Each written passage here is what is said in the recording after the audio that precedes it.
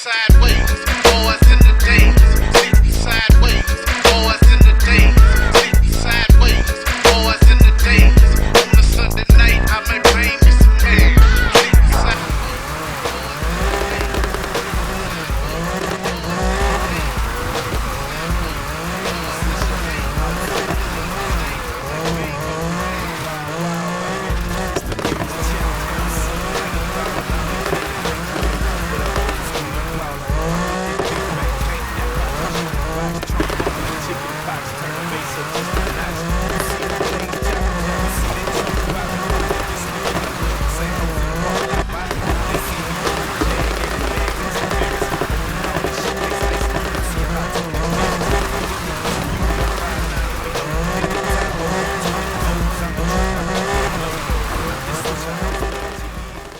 What's good, y'all? It's your boy CrayG, and welcome back to Need for Speed Heat. As you guys can see, man, this is my brand new Volvo 242 drift build.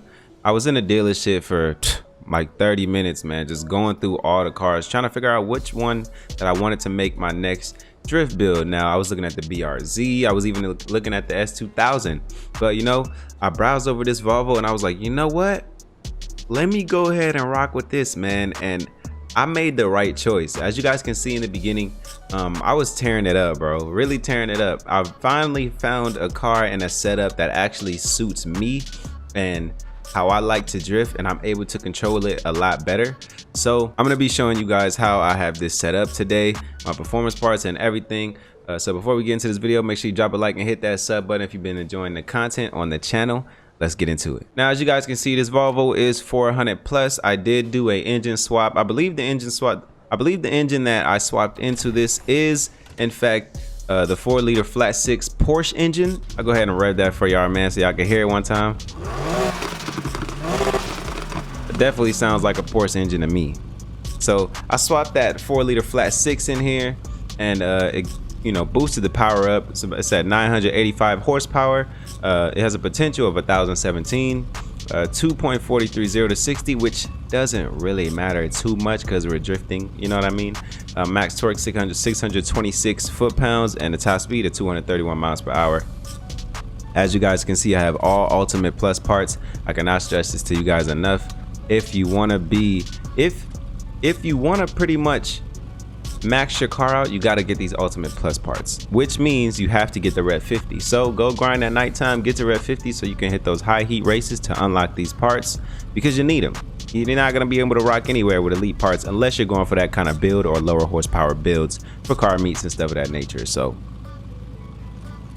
you know, I'm rocking with Ultimate Plus everything. I have a dual turbocharger here with, you know, like I said, the 5x3 pound tanks of nitrous. I always use these. It's even better for drifting because you get 5 tanks and you get to boost out of every corner, or when you lose speed, instead of having that long 15-pound tank of nitrous.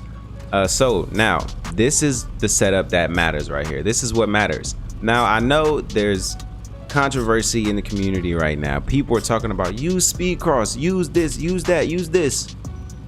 I honestly played around with everything to try to figure out what would fit me best. And then one of my subscribers actually commented on a video and told me to use a certain setup that I actually ended up falling in love with. So right now I have the Showcase suspension, and I know everyone's gonna be like, well, no, you can't use the Showcase, because everyone uses speed cross suspension or whatever. But the thing I do not like about the speed cross suspension is that, as you can see, it lifted your car up. It lifts your car up. And on certain cars and certain tuners, it just makes it look kind of stupid. You got this car sitting up real high and it looks like an off-road vehicle, but you're drifting.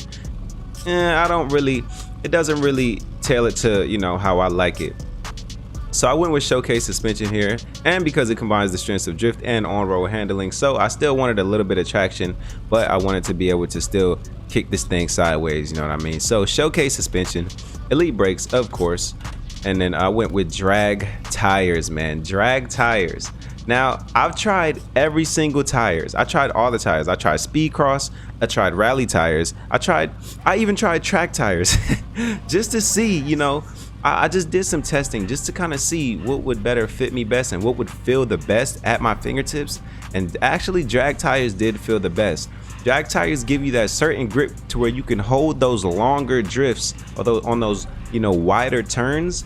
And I just feel a lot more stability going in and out and switching turns with the drag tires. When I put on speed cross tires, I found myself not being able to get up into the gear that I needed to be in to really bring myself all the way around the corner. I find myself spinning out a lot, staying in second gear, not being able to shift up.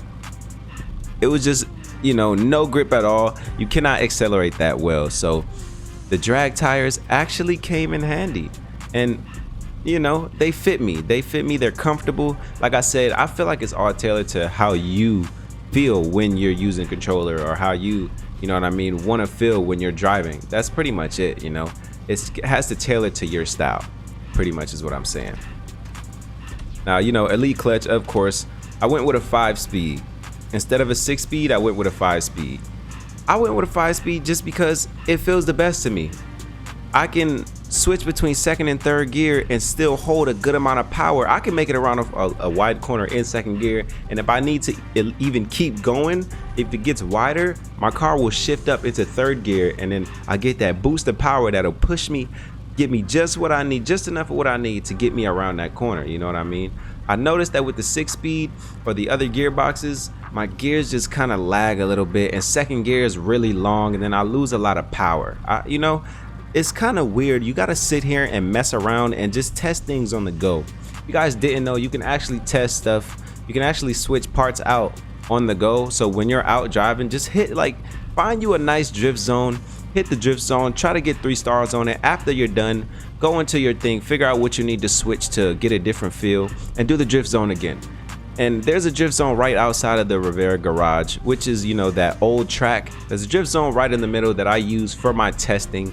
I do a lap around there, and then I switch some parts around. I do another lap, see if I can get a better score or a worse score, see if it feels better or it feels worse, and I go with the best feeling or the best setup that helps, that's good for me. And I also went with showcase differential. I did not go with the speed cars differential here either. And I just feel like, you know, like I said, this is what works for me. This is what feels good for me. By all means, you guys can, like I said, test it out. Test out the things, test out everything. Test out speed cross parts, test out showcase parts, test out drift parts, test out track parts, test out everything to see what feels better to you, to see what you're gonna feel better using when you're on the track or when you're drifting, because it's all up to how you feel when you're using the car. Now, I never really feel like cosmetics have anything to do with the ability to drift the car, but you know, honestly, I always do this with my stance on the drift cars. I lower it all the way, go full negative with the camber in the front, and I go maybe 2 or 3 notches away for the rear camber, just because, you know, it's a drift car. You want that max caster angle when you're drifting, and I don't know if that makes a difference in this game. I don't know if it's that in depth, because, you know, it's not Forza, it's more of an arcade racer. So I don't know if Need for Speed or EA actually took account of that when, you know, adding this into the game, the tune stance.